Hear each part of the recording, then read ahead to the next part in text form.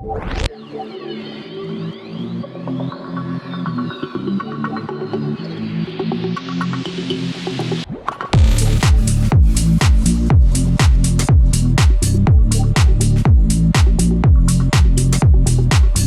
everyone and welcome back to the TFC Football YouTube channel for another video. Today we are doing a review of the Aston Villa versus Burnley game and also the Chelsea versus Wolverhampton Wanderers game. So let's firstly start with Aston Villa versus Burnley at Turf Moor, which finished 3-2 to Burnley in this game, and it was Aston Villa who initially took the lead after only a matter of minutes from an Ollie Watkins goal, as Aston Villa working it brilliantly down the left-hand side and Matt Targett picking the ball up and finding the target, Ollie Watkins, by putting in a low ball across the box and Ollie Watkins just guiding it into the far corner, and that was 1-0 to Aston Villa. It was very, very good play by them, and yeah, very short amount of time before they were in front of the game, and I could tell already that there were going to be a few goals in this game, and we definitely got that. Aston Villa actually had many more chances to go up by more than one goal in the first half, but were only able to take a 1-0 lead into half time, and coming out into the second half, within 10 minutes of the second half, Ben Mee from Burnley punishing that by Aston Villa. It was a very, very good corner one, a tussle between, I think it was, no, I can't remember who it was, but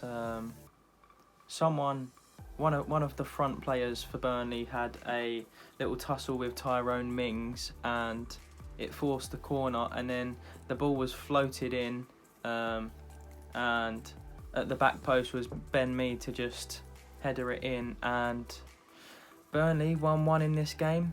I think that Aston Villa in the game as a whole probably deserved a little bit more. I would say they deserved, well, at least a draw. I would say a win actually. It was just missed opportunities, missed chances by Aston Villa, and Burnley took their chances. In terms of possession stats, Aston Villa had majority of the possession, more passes, more shots, and I think today was just an example of the clinical finishing from Burnley and the missed chances from Aston Villa that I think they will deeply, deeply regret not taking after today's game.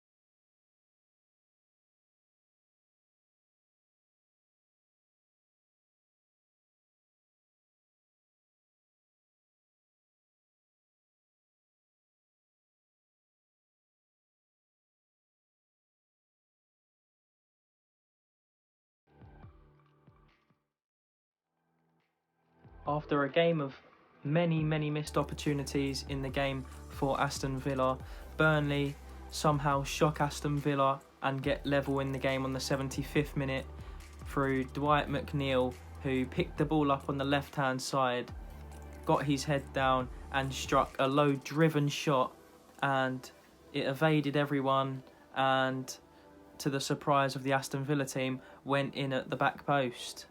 And Dwight McNeil, he really was able to cement what was to come for the rest of this game, and to give Burnley the belief to actually get something from the game, and not just get something from the game, but to actually take all 3 points away from the game today. In a matter of 4 minutes from Burnley being 2-1 down against Aston Villa, were able to flip the tie and actually make it 3-2 to them through a Chris Wood header from a Dwight McNeil cross, and Burnley really did take their chances today, and it was just a good performance in terms of how clinical they were in the game. And I feel like even though they were able to get 3 goals in the game, I think that if Aston Villa took more of their chances, they definitely would have won the game today. It's very, very hard, I would say, that they came away without anything for the game, but it's football and these sorts of things happen. If you don't take your chances, the other team will punish you, and yeah, Burnley taking away the 3 points from Turf Moor today. And in terms of my Man of the Match award, who am I giving it to today? I am going to say I'm going to give it to Jack Grealish. And in both Aston Villa games that I have done so far on this channel, Jack Grealish has been my Man of the Match in both. And for me, it's just how amazingly he's performing for Aston Villa in the Premier League, with his passing, with his vision, with his goals and assists that he's making.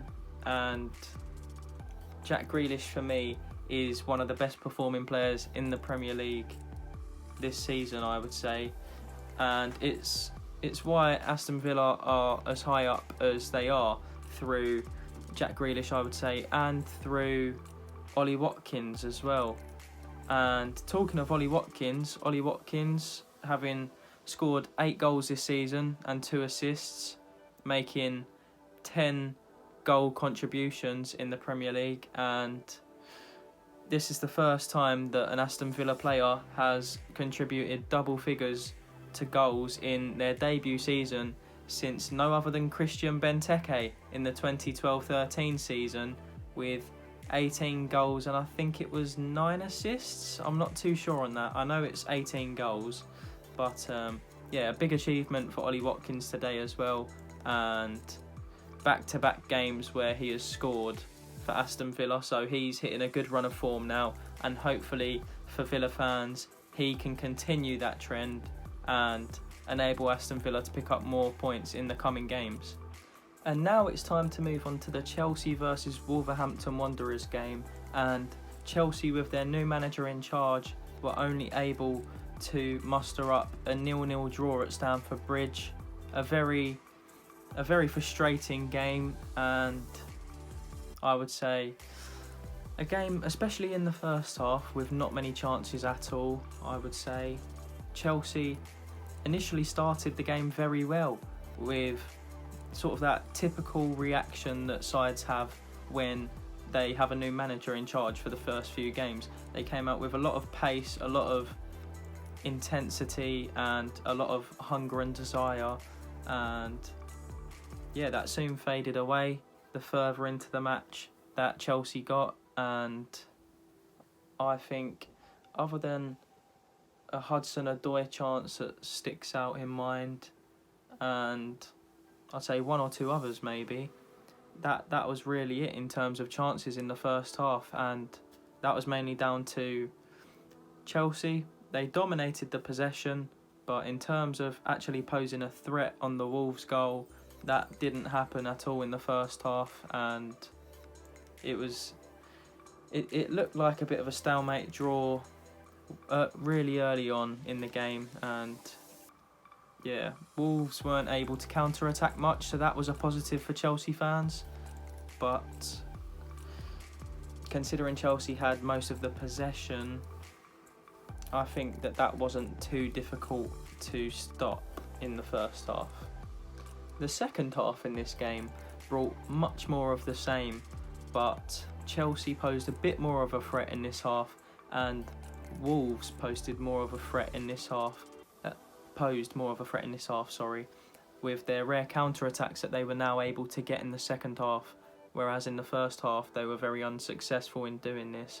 And on one occasion, Pedro Neto hit the crossbar on an attack, and yeah, it was deemed offside. But yeah, I I don't really know what to make of that one. A bit of a discussing point, but yeah, I don't really know my opinion on that at this current moment in time.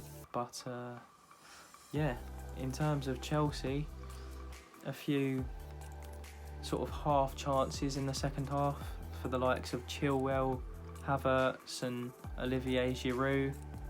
But in terms of the whole game overall, it was a very uninspiring game. As much as Chelsea had double-figure shots in the game, never really sort of looked like either side were going to win it, and overall that's why the game ended in a 0-0 draw, and it was quite disappointing for the neutral to see today. So who is my man of the match for this game? I give this award to Callum Hudson-Odoi. Despite Chelsea not being able to break the deadlock, he was very lively and energetic today, and I feel like he was one of Chelsea's best players and one of the best players in the game overall, creating the majority of Chelsea's chances and giving them the best possible chance to win the game despite them not doing so. And with how young he is as well, Callum Hudson-Odoi, I'm so excited as a neutral to see what he is capable of in the future and later down the line in this season, and yeah, just where he'll be able to take Chelsea to in this season's Premier League.